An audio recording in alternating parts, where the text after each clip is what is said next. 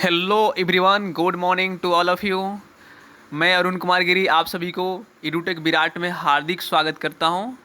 आज मैं फिजिक्स का ध्वनि चैप्टर लेकर आया हूं, जिसके बारे में डिटेल अध्ययन किया गया है। तो आइए शुरू करते हैं। शुरू करने से पहले मैं यह कहना चाहूँगा कि आप लोग हमारे इस चैनल को अधिक से अधिक शेयर कीजिएगा, लाइक कीजिएगा, सब्सक्राइब कीजिएगा, बेल आइकन का प्रयोग ज़रूर कीजिएगा ताकि हमारा हर अपडेट नोटिफिकेशन आप तक पहुँच सके। तो चलिए शुरू करते हैं।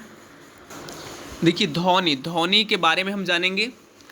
ध्वनि का जो नेचर होता है वो कुछ डिफरेंट टाइप का नेचर होता है।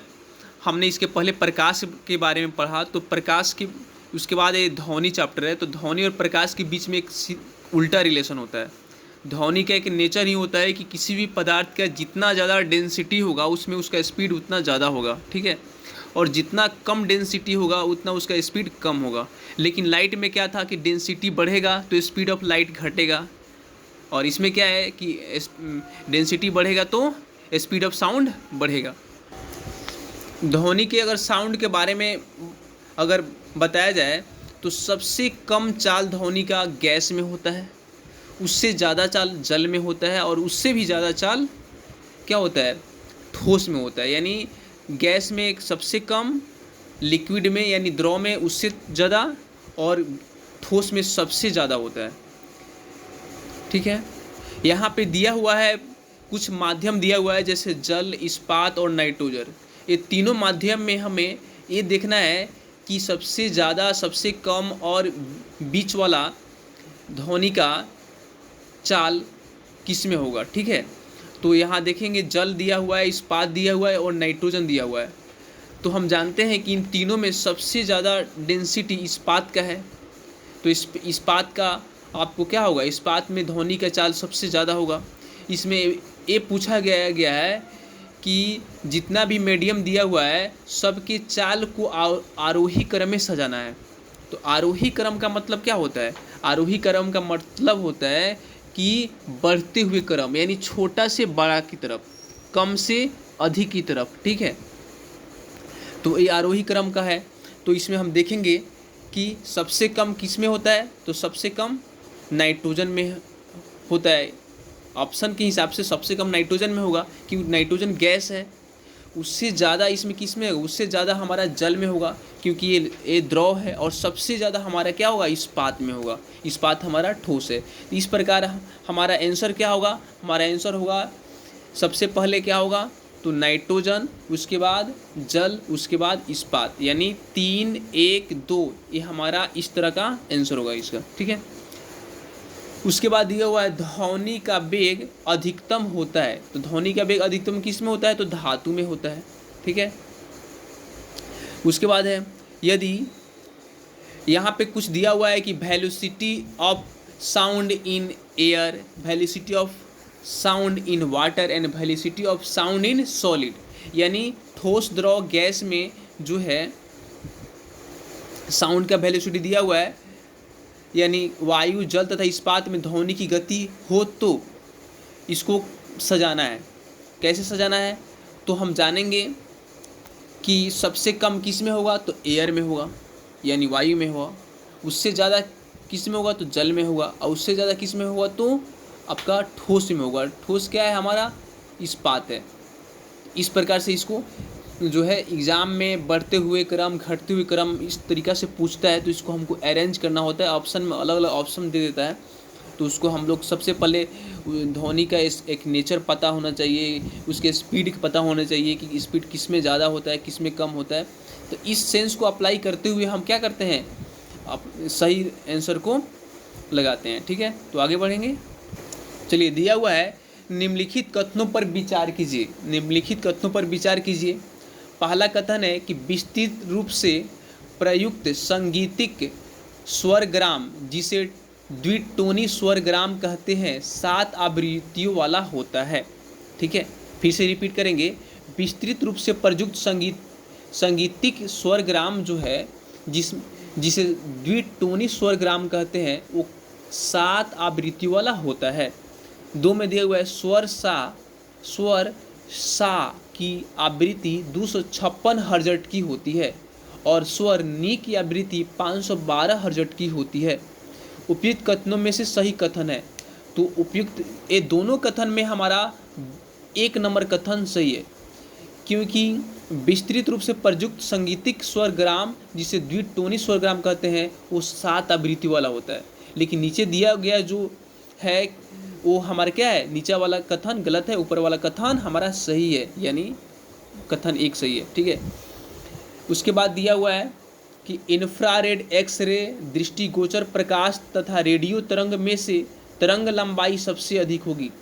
तो आपको पता होना चाहिए कि सबसे ज़्यादा तरंग लंबाई रेडियो तरंगों की होती है। किसकी होती है? तो रेडियो तरंग की लंबाई सबसे ज़्यादा होती है, यानी उसका वेवलेंथ सबसे ज़्यादा होता है। ठीक है, दूसरी इसके बाद दिया हुआ है एक टीवी सेट को चलाने के लिए टीवी रिमोट नियंत्रण इकाई द्वारा प्रयोग किया जाता है।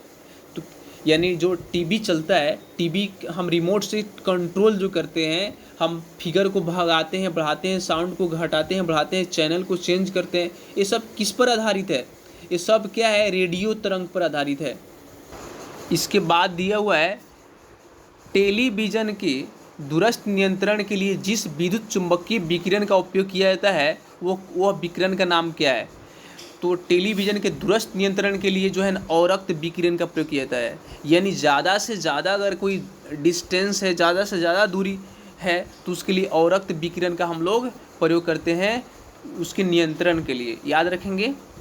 उसके बाद दिया हुआ है कि वह विद्युत चुम्बकीय विकिरण जो टेलीविज़न के दूरस्थ नियंत्रण के लिए प्रयोग में लाया जाता है वो कौन सा विकिरण है? तो अवरक्त विकिरण है। यानी दोनों टाइप से क्वेश्चन पूछ सकता है।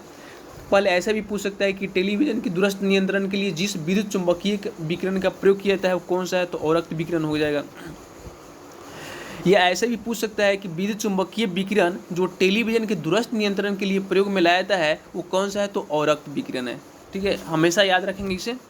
उसके बाद दिया हुआ है जब टीवी का स्विच ऑन किया जाता है तो श्रव्य और दृश्य दोनों एक साथ शुरू होते हैं। जब टीवी का स्विच ऑन किया जाता है तो श्रव्य और दृश्य दोनों एक साथ शुरू होते हैं। क्या होते हैं? एक साथ शुरू किया है। यानी ये हमारा एक क्वेश्चन है कि जब टीवी का स्विच ऑन किया जाता है तो क्या होता है? तो जब टीवी का स्विच जैसे ऑन करते हैं तो ध्वनि दोनों एक साथ शुरू होते हैं। लेकिन कभी हम ऐसा भी देखते हैं कि हम जानते हैं कि जो है ध्वनि और स्पीड में लाइट में अगर कंपेयर किया जाए तो लाइट का स्पीड ध्वनि से कहीं ज़्यादा होता है। जैसे में हम आकाश में हम देखते हैं कि आकाश में जब बादल चमकता है तो उसकी तड़तड़ाहट की आवाज़ बाद में सुनाई देती है। पहले उसका बादल का चमक मेरे पास आता है, बाद में उसकी आवाज़ आती है। इसलिए होता है क्योंकि जो प्रकाश का जो चाल है, यानी जो चमक से जो प्रकाश निकलती है वो उसका जो स्पीड है उसके साउंड के कंपेयर में ज़्यादा होता है। इसलिए पहले हमारे पास उसका चमक आता है, उसके बाद उसका कड़कड़ाहट, बादल का गरज, मतलब जो है जिसको गरजना भी कहते हैं। तो जस्ट लाइक वही है इसमें, लेकिन बट इसमें ये दिया गया है कि जब हम टीवी का स्विच ऑन करते हैं तो श्रव्य यानी जो ध्वनि हुआ और दृश्य जो उसका फिगर हुआ वो दोनों एक साथ शुरू होते हैं। ठीक है, ये भी हो सकता है। आगे बढ़ते हैं। उसके बाद है दूरदर्शन प्रसारण में चित्र संदेशों का संचरण होता है। दूरदर्शन प्रसारण में चित्र संदेशों का संचरण होता है तो किसके द्वारा होता है? तो आयाम मॉडुलन द्वारा। किसके द्वारा होता है? तो आयाम मॉडुलन द्वारा होता है, याद रखेंगे। यानी इसको एम्पलीट्यूड भी बोलते हैं। उसके बाद है टेलीविज़न प्रसारण में श्रव्य संकेतों को प्रेषित करने के लिए प्रयुक्त तकनीक क्या है? तो आवृत्ति आरोपण है। क्या है?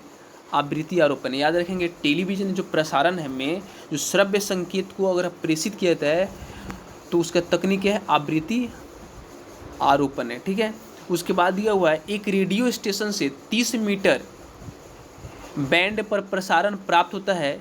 इस स्टेशन द्वारा प्रेषित वाहक तरंगों की आवृत्ति होगी तो 10 मेगाहर्ट्ज़ होगा। कितना होगा? 10 मेगाहर्ट्ज़। उसके बाद दिया हुआ है कथन ए दिया हुआ है कि रेडियो तरंगे चुंबकीय क्षेत्र में बंकित हो जाती है। तो फर्स्ट कथन में दिया हुआ है कि रेडियो तरंगे चुंबकीय क्षेत्र में क्या हो जाती है? तो बंकित हो जाती है। दूसरी कथन में दिया हुआ है कि रेडियो तरंगों की आवृत्ति विद्युत चुंबकीय है। रेडियो तरंगों की आवृत्ति विद्युत चुंबकीय है। ये दोनों कथन में हमें ये कंपेयर करना है कौन सा कथन सही है। तो हमारा कथन ए जो है गलत है, क्योंकि रेडियो तरंगें चुंबकीय क्षेत्र में बंकित नहीं होती है, एक ठीक है। और कथन आर है रेडियो तरंग की प्रकृति विद्युत चुंबकीय होती है, ये हमारा कथन सही है, ठीक है ना। कथन ए गलत है परंतु कथन आर हमारा सही है। मनुष्य के लिए मानक ध्वनि स्तर, मनुष्य के लिए जो मानक ध्वनि स्तर जिसको बोलते हैं, यानी स्टैंडर्ड साउंड जो लेवल होता है वो कितना होता है, वो 60 डेसिबल के बराबर होता है। मनुष्य के लिए मानक ध्वनि स्तर कितना डेसिबल के बराबर होता है, तो 60 डेसिबल के बराबर होता है। एक मजदूर, उसके बाद दिया हुआ है एक मजदूर रेल की पटरी पर कार्य कर रहा था। एक लड़का कुछ दूरी पर अपने कान पटरियों पर रखकर जब मजदूर द्वारा की जाने वाली हथौड़ों की आवाज़ को सुनता है तो उसे 2 बार आवाज़ें सुनाई देती है। इसका कारण क्या है, तो देखिए इसका कारण है ध्वनि का वेग इस्पात में वायु की अपेक्षा क्या होती है, अधिक होती है। ध्वनि का वेग इस्पात में वायु की अपेक्षा अधिक होती है, यही कारण है। जब सितार और बांसुरी पर एक ही स्वर बजाया जाता है, जब सितार और बांसुरी पर एक ही स्वर बजाया जाए तो उनसे उत्पन्न ध्वनि का भेद किया जाता है। ऑप्शन है इसका आंसर है केवल ध्वनि गुणता क्वालिटी में अंतर के कारण, केवल ध्वनि गुणता क्वालिटी में अंतर के कारण भेद किया जाता है, ठीक है। उसके बाद कथन वाला हमारा दिया है, इसमें कथन है कि अनुरणन विशेषज्ञ बड़े गिरजाघरों तथा अन्य बड़े भवनों में प्रतीत होती है, ठीक है। कथन आर दिया हुआ है कि दीवारें, छत एवं धरातल से अपवर्त ध्वनि परिवर्तन हो सकता है। तो ये 2 कथन दिया हुआ है। पहला कथन है कि अनुरणन विशेषतः बड़े गिरजाघरों तथा अन्य बड़े भवनों में प्रतीत होता है, ठीक है। दूसरा कथन दिया हुआ है कि दीवारों, छत एवं धरातल से अपवर्त ध्वनि परिवर्तन हो सकता है। तो ये दोनों कथन में हमको ये कंपेयर करना है कि कौन सा कथन सही है। तो कथन ए और कथन आर दोनों सही होगा। आर एक ही सही स्पष्टीकरण है, यानी हमारे दोनों कथन सही है कि अनुरणन जो है वो विशेषतः बड़ा गिरजाघरों तथा अन्य बड़े भवनों में प्रतीत होता है, ठीक है। और दूसरा कथन आर है कि दीवारों, छतों, धरातल से अपवर्त ध्वनि परिवर्तन हो सकता है, ये हमारा कथन आर भी सही है, ठीक है। तो आगे बढ़ते हैं। इसके बाद दिया हुआ है चमगादड़ अंधेरी रात में उड़ सकते हैं। चमगादड़ जो है अंधेरी रात में उड़ सकते हैं और अपना शिकार भी कर सकते हैं। इसका कारण क्या है, तो इसका कारण ये है कि वे पराध्वनि तरंगे निकालते हैं और उन्हीं के द्वारा निर्देशित होते हैं। यानी चमगादड़ का एक नेचर होता है कि वो अल्ट्रा साउंड निकलता है, मतलब पाराध्वनि निकलता है और उसी ध्वनि के माध्यम से वो निर्देशित होता है, यानी उसको दिशा मिलता है उड़ने के लिए, ठीक है ना। यही कारण है कि चमगादड़ अंधेरी रात में भी उड़ सकते हैं। वो ऐसे नहीं है कि वो उनको अंधेरी रात में दिखाई देता है। पुराने लोग कहते हैं, या ऐसे कुछ लोग जिनको जानकारी नहीं है वो बोलते हैं कि चमगादड़ जो है अंधेरी रात में भी देख सकता है, इसलिए वो उड़ता है। लेकिन ऐसा बात नहीं है, वो उसके कारण है वो पाराध्वनि उत्पन्न करते हैं और उन्हीं के द्वारा क्या होते हैं, वो निर्देशित होते हैं, ठीक है। उसके बाद दिया हुआ है निम्नलिखित कथनों पर विचार कीजिए। पहला कथन है हृदय अपश्रव्य आवृत्ति पर कंपन करता है। दूसरा है कि ध्वनि की गति गैस में, द्रव में एवं ठोस की तुलना में अधिक होती है, ठीक है। देखिए पहला कथन क्या है, हृदय अपश्रव्य आवृत्ति पर कंपन करता है। दूसरा है कि ध्वनि की गति गैस में, द्रव में एवं ठोस की तुलना में अधिक होती है, यानी ध्वनि की गति गैस में, द्रव एवं ठोस की तुलना में अधिक होती है। ये तो स्पष्टता ही दिखाई दे रहा है गलत कथन है, ठीक है। तीसरा में दिया हुआ है मैक संख्या ध्वनि की गति वर्णित करने के लिए प्रयोग में लाते हैं, ठीक है। चौथा में दिया हुआ है परश्रव्य ध्वनि की आवृत्ति 20,000 हर्ट्ज से अधिक होती है। इन कथनों में कौन कौन कथन सही है, तो हमारा कथन 1, 3 और 4 सही है। कथन 1 भी सही है हमारा कि हृदय अपश्रव्य आवृत्ति पर कंपन करता है, ये सही है। कथन 3 है कि मैक संख्या ध्वनि गति वर्णित करने के लिए प्रयोग में लाते हैं, ये भी हमारा सही है, ठीक है ना। ध्वनि के गति को हम किस में मापते हैं, तो मैक में मापते हैं। मैक से माप सकते हैं कि ध्वनि का स्पीड कितना है, तो हमारे कथन 3 भी सही है, ठीक है। उसके बाद कथन 4 है कि पाराध्वनि की आवृत्ति 20,000 हर्ट्ज से अधिक होती है। हाँ, ये भी सही है। पाराध्वनि की जो आवृत्ति होती है वो 20,000 हर्ट्ज से अधिक होती है, यानी परश्रव्य ध्वनि की। उसके बाद दिया हुआ है पाराध्वनिक जेट की उड़ान के कारण नुकसान होता है। क्या होता है? तो ओजोन परत को याद रखेंगे, बहुत ही इंपॉर्टेंट एक फैक्ट है कि जो पाराध्वनिक जो जेट होते हैं यानी विमान होते हैं, जब उनको उड़ाया जाता है तो वो ओजोन परत को नुकसान पहुंचाते हैं। ठीक है, ये चीज़ बहुत ही जानने की जो वाली बात है। हो सकता है उनका जो रेडिएशन उसमें से निकलता हो, या वो जो उसका जो उसमें से जो साउंड निकलता हो, वो साउंड क्या करता है? ओजोन परत को क्षय करने में जो है सिद्ध होता है। उसके बाद क्या है कि कथन हमारा दिया हुआ है, कथन ए में दिया हुआ है कि समुद्र तल के निकट मैक संख्या 1 पर जा रहे वायुयान की चाल की तुलना में 15 किलोमीटर की ऊंचाई पर मैक संख्या 1 पर जा रहे वायुयान की चाल अधिक होती है। दूसरा कथन दिया हुआ है ध्वनि की गति परिवर्ती माध्यम के ताप पर निर्भर करती है। ठीक है, तो अगर देखा जाए तो दोनों कथन को जब हम कंपेयर करते हैं तो कथन एक हमारा गलत है।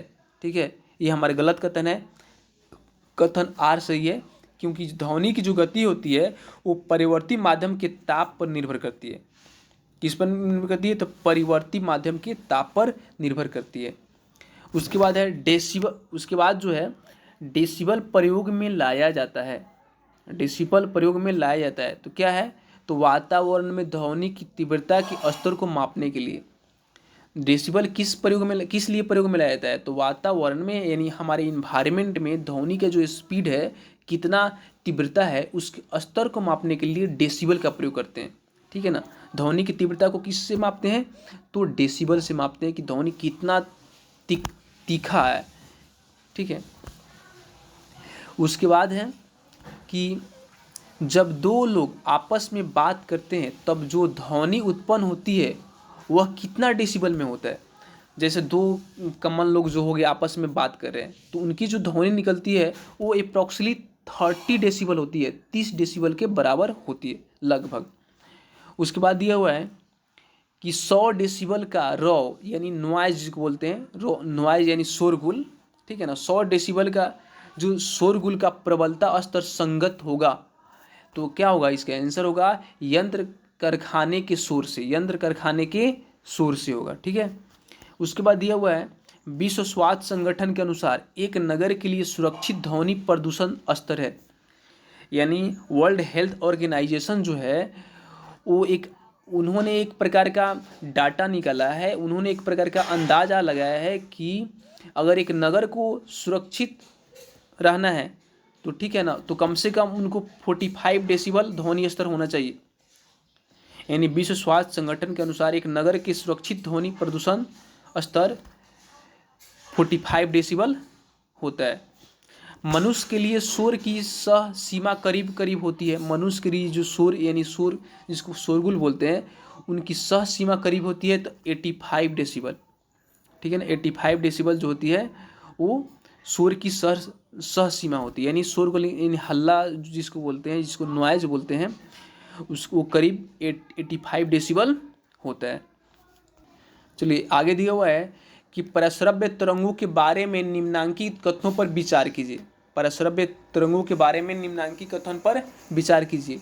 ऑप्शन है एक कीड़े को नष्ट कर सकती है, एकदम सही है।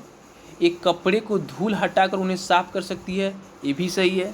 इनका प्रयोग बीमारियों के उपचार के लिए किया जा सकता है, ये भी सही है। ये स्वचालित दरवाजों को नियंत्रित कर सकती है, ये भी सही है। यानी जितना भी कथन दिया हुआ है सारे के सारे कथन क्या है? सही है। ध्वनि से हम इतना तरह का काम कर सकते हैं। ध्वनि परश्रव्य जो तरंग है, परश्रव्य तरंग, उस परश्रव्य तरंग से हम इतनी तरह के काम हम आसानी से कर सकते हैं।